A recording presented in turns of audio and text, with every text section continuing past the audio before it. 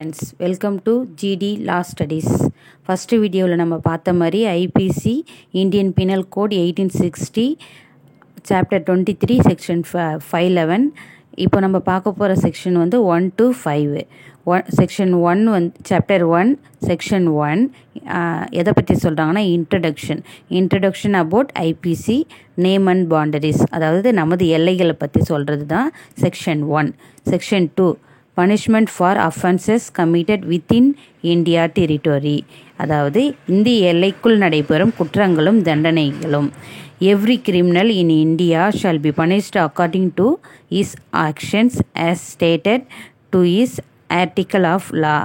They cannot be punished in any other way without this legal grip. அதாவது ஒரு person Indian பர்சனாக இருக்கணும், அவங்க வந்துட்டு இந்தியாவில் ஃபால்ஸ் எதனா சட்டவிரோதமாக செஞ்சுருந்தாங்கன்னா அவங்க இந்தியன் டெரிட்டோரியில் மூலியமாக தான் தண்டிக்கப்படுவார். வேறு எந்த ஒரு சட்டத்து மூலியமாகவும் அவங்கள தண்டிக்க முடியாது. எக்ஸாம்பிள், எக்ஸ் என்ற ஒரு பர்சன் வந்து ஏதோ சட்டவிரோதமாக செஞ்சிட்டாருன்னா அவர் இந்தியாவுக்கு உட்பட்டவராக இருந்தால் அவர் IPC செக்ஷன் மூலமாக மட்டும்தான் தண்டிக்கப்படுவார்.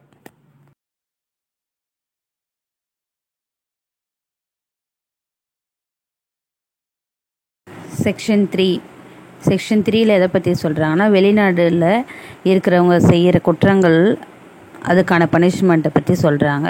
வெளிநாடுகளில் செய்யப்பட்ட குற்றங்கள் punishment of offence committed beyond but which by law may be tried within India, ஆனால் அதன் மூலம் இந்தியாவிற்குள்ளேயே விசாரிக்கப்படலாம்.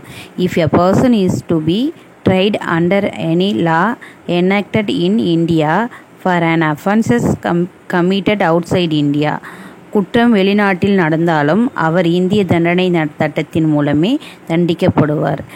எக்ஸாம்பிள், ஒரு இந்தியன் பர்சனாலிட்டி அவுட் சைடு இந்தியாவில் ஏதாவது சட்டவிரோதமாக செஞ்சிட்டாருன்னா அவர் இந்திய பர்சனாலிட்டின்றதால இந்திய தண்டனை சட்டத்துக்குள்ளே தான் தண்டிக்கப்படுவார்.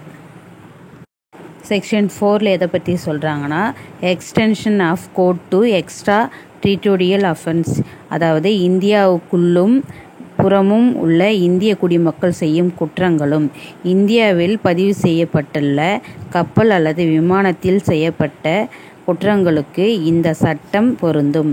Ship or aircraft registered in India, offences punishable in India or offences committed outside India.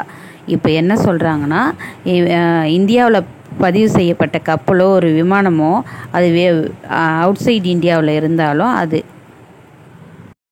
Out side கண்ட்ரியில் இருந்தாலும் அது இந்திய தண்டனை சட்டத்துக்குள்ளே தான் தண்டிக்கப்படுவாங்க அதில் நடந்த குற்றங்களுக்கு.